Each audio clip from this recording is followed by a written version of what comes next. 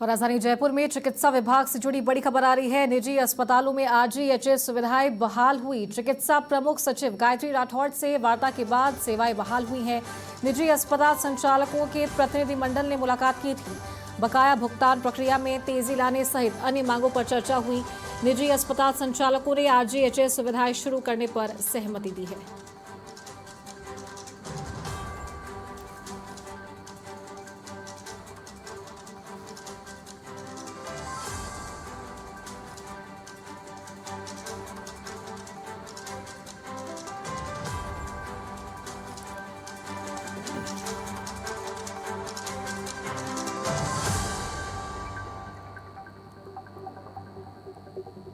जयपुर में चिकित्सा विभाग से जुड़ी बड़ी खबर। निजी अस्पतालों में आरजीएचएस सुविधाएं बहाल हुई है। चिकित्सा प्रमुख सचिव गायत्री राठौड़ से वार्ता के बाद सेवाएं बहाल की गई। निजी अस्पताल संचालकों के प्रतिनिधिमंडल ने उनसे मुलाकात की थी।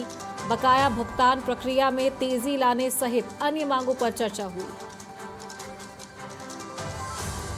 और इस खबर पर अधिक जानकारी के साथ सहयोगी भरत राज चौधरी फोन लाइन पर जुड़ गए हैं। भरत, निजी अस्पतालों ने आरजीएचएस सुविधाएं बहाल कर दी है, क्या बातचीत हुई है, क्या अपडेट है इस मामले पर? देखिए, अभी जो आरजीएचएस के भुगतान है उसको लेकर सरकार से उनका भुगतान नहीं हो रहा था। इसको लेकर निजी अस्पताल संचालक है, उन्होंने कुछ दिनों से आरजीएचएस के तहत जो सरकारी कर्मचारियों को सुविधाएं मिलती है निजी अस्पतालों में, उनको बंद कर रखा था।